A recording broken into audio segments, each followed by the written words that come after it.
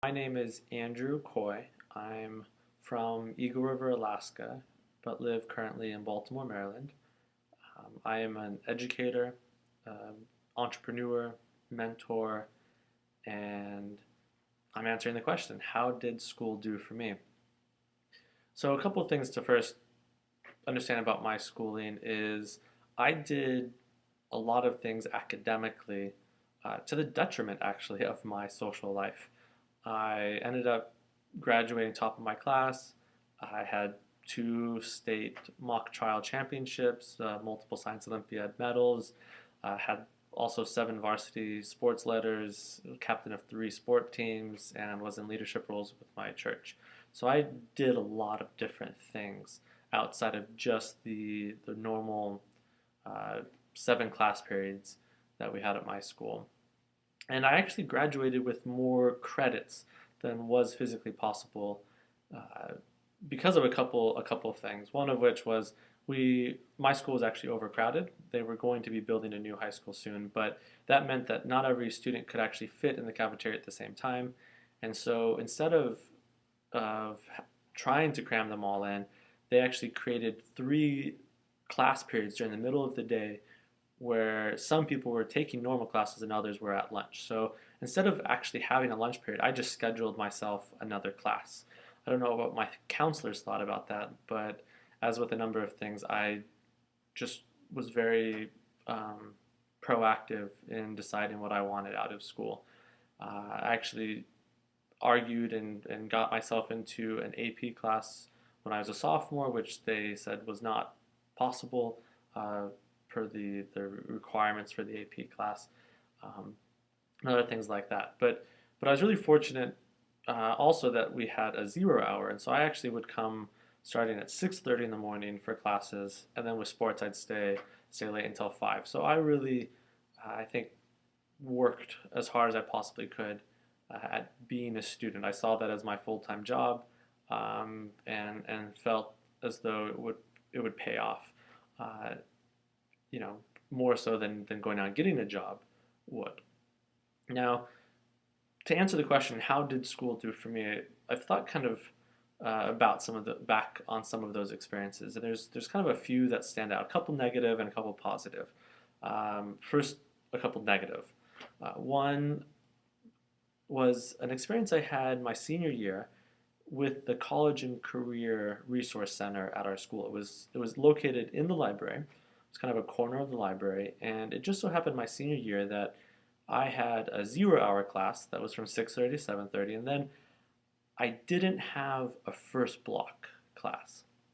So I decided that I wanted to go to the College and Career Resource Center and work on applying for scholarships and applying for colleges, and that's what I did. So for the entire first quarter of the school year, I was there every day working on those applications, um, and one day I remember the counselor there told me that I technically couldn't be in the library on school campus because I didn't have a class.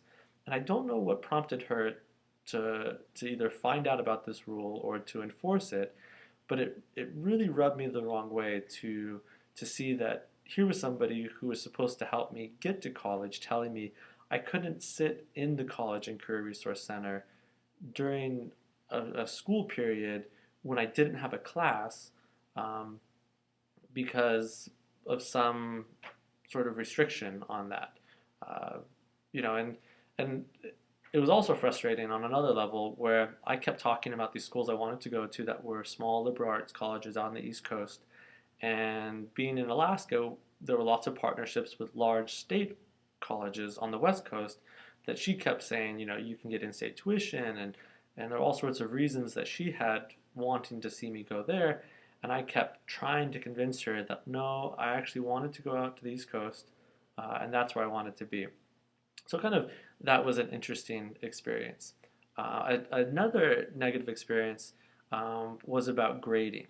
I remember one student in particular, but there were other students as well, that had figured out how you could do the least amount of work and get the highest grade possible and be very successful in that process. And being one who worked really hard and tried to really master what I was learning, um, I stopped really believing in grades as something to value. They were just kind of a number or a letter that meant something. But what they actually stood for is what I was more interested in, which was learning the content or figuring out what it was that I needed to figure out in that class or about myself or what have you. Now, a few positive experiences. One had to do with my cross country running and skiing teams.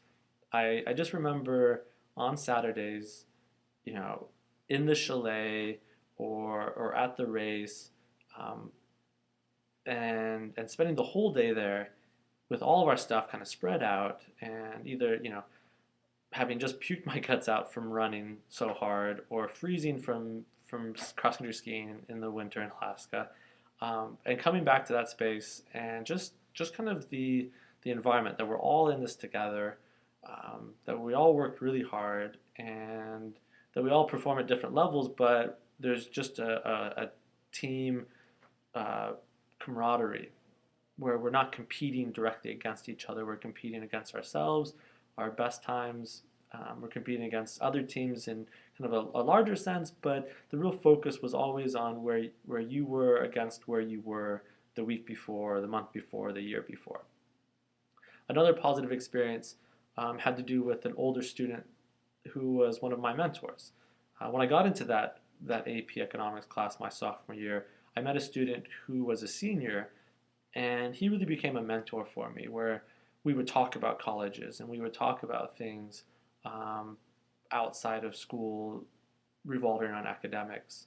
And just those conversations we had, uh, and actually had over multiple years, because when he came back from college after his first year at Swarthmore, or later we met up in New York when he was interning there, and just these different experiences I had with him mentoring me were really important. Another positive experience is I always seem to have the best teachers in the building. I don't know if uh, I don't remember requesting ever to have specific ones, but the classes I requested were the type that they seemed to be teaching, or my schedule just happened to work out that way. And I just remember always having excellent teachers. Um, and finally, perhaps one of the most meaningful things that I did during my college or my high school experience, really, and one of the only things that I've actually looked back on since then that I created was a documentary video about censorship. And I remember interviewing the normal, teachers and admins talking about it. But then I also went out and interviewed students and members from the community. And one person in particular was a local DJ. And just the conversation that we had there in the booth while, he was at the radio station about censorship really kind of made it real.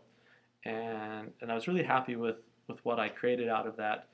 Um, and it was a real project that seemed to connect to the outside world. So, you know, looking back in the big picture about school, I think I really learned how to work. But I don't know if that had anything to do with school itself, other than it was a place and a context for me to develop. And I pushed up against boundaries. I think I did more than counselors or others at my school wanted me to do or were comfortable with me doing, and worked really hard to make my own way. And more than anything, perhaps that's what I learned from school was how to make my own way. And I don't think anybody can teach you that, but it provided the context. And it was a public school up in Alaska. Um, and since then, I've, you know, been teaching in school and working to pass on that love of learning and learning how to learn. And whether I'm successful or that, I'll let my students be the judge. But that's what school did for me, and that's what I'm trying to help school do for others.